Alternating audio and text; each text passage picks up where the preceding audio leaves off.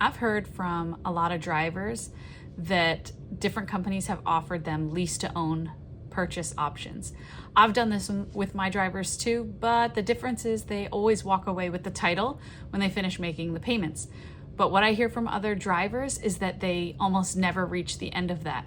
So one guy told me that this company offered him a lease to own, and he did it for a little over a year. And then when he had maybe 6 months left, all of a sudden the dispatcher didn't have any good loads for him.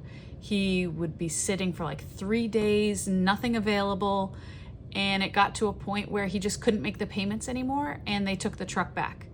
And I've heard this from quite a few people with different companies. Another situation of a pretty growing company, a pretty big one, is that they're doing all lease to own options, and the drivers basically pay them to work there.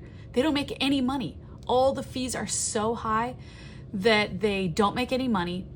They never end up making it to the end of the lease because nobody can afford it. So they end up returning the truck and losing the money that they put into it.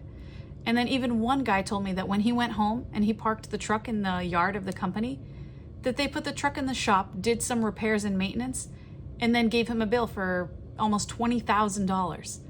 And then after that, he couldn't afford to keep the truck. I mean, he was working, but the bill was so high on top of the bills that he had to pay, and they ended up taking the truck back from him too.